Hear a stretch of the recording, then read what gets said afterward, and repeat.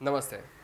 Doctor Jayesh ने अब तक हमें रेयर डिसीज़ की बेसिक इन्फॉर्मेशन बताई और अभी हम जानेंगे कि ये रेयर डिसीज़ का ट्रीटमेंट अवेलेबल है या नहीं, और अगर है तो गवर्नमेंट का इसमें क्या रोल है और क्या होना चाहिए।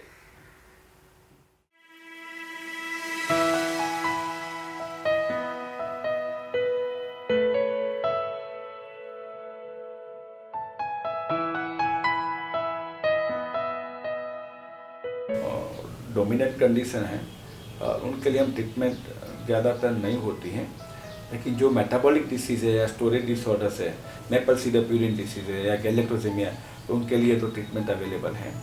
कहीं बच्चे में गौचर डिसीज़ बोला, फिर फेब्री डिसीज़ है या म्यूकोपॉलीसैकेराइड डिसीज़ है, तो वो सब के लिए एंजाइम रिप्लेसमेंट थेरेपी काफ़ी सक्सेसफुल है और मिलती अवेलेबल भी है हमारे देश में, इंडिया देश में भी मिलती हैं आज। और करीब 130 बच्चे रेयर डिसीज़ की ट्रीटमेंट पा भी रहे हैं, लेकिन उनकी कॉस्ट है वो 50 लाख से 1 करोड़ रुपया हर साल होती है।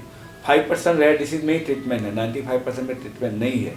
तो हम उनको दो ही तरीका, या तो हम प्रेगनेंसी के टाइम पे प्रीनेटल डायग्नोसिस करके अटका सकते हैं, और दूसरा तरीका है कि भी हम फैमिली को बता दें कि ये बच्चे को ऐसे तकलीफ है और ऐसे ही रहने वाला है, उनको एक सिम्टोमेटिक उनको ट्रीटमेंट देनी है रिहेबिलिटेशन के लिए। तो फैमिली को क्या होता है कि वो कहीं दर दर भटकना नहीं होता, उनको मालूम होता है मेरे बच्चे को तकलीफ है।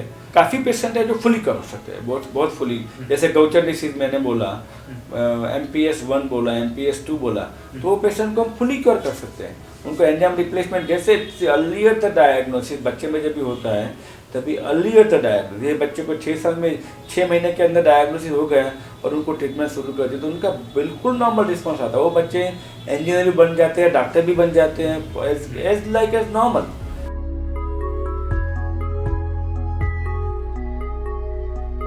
अभी गवर्नमेंट ऑफ इंडिया ने एक टास्क फोर्स बनाया है फॉर लाइसोसोमल स्टोरेज डिसऑर्डर्स, उनमें वो डिसीज़ का बर्डन कितना है, उनका कैसे होता है, जो कौन सी जेनेरिक बीमारी से होता है, वो सब समझने के लिए।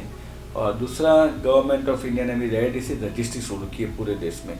तो जहाँ भी आप कोई भी बच्चे को या कोई आदमी को रेयर डिसीज देखे तो आप उनको रजिस्टर करना है, वो अभी शुरू हुआ है। तो मालूम होगा कि हमारे कंट्री में कितने रेयर डिसीज है। हमने 7,000 8,000 बोला, लेकिन हो सकता है कि हमारे कंट्री में उसमें से 3-4 हज़ार ही हो सकते हैं, बाकी के नहीं भी हो सकते हैं। तो ये रजिस्ट्री से मालूम होगा। तभी गवर्नमेंट ने कदम लगाए हैं, तो आई एम श्योर कि पेशेंट को ज़्यादा डायग्नोसिस भी हो जाएगा, उनको निदान में, उनके ट्रीटमेंट में जरूर से फ़ायदा होने वाला है। Future is good for that.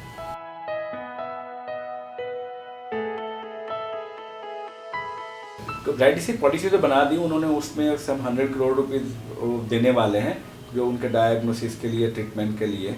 लेकिन ज़्यादातर वो है कि भी आपने जो फंड तो दे दिया, लेकिन एक तो पॉलिसी के कहीं हमारे देश में ड्रग उनकी बनती नहीं है। तो गवर्नमेंट को एक ये करना है कि भाई उनको रिसर्च फंड दे के जो ऑर्गेनाइज उनको देना है कि भाई आप ये ड्रग की उनकी ड्रग डेवलप कर दो 3 साल 5 साल में, और स्पेशल कमेटी बना के उनको एक्सपेडाइट कर दो।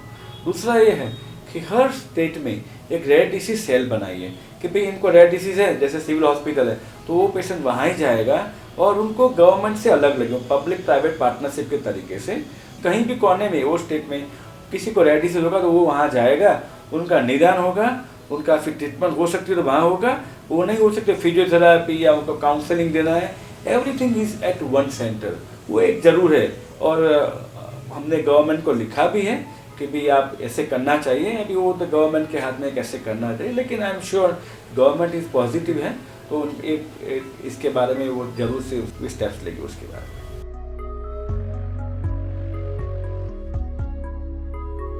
Stay connected for more information. Jai Hind.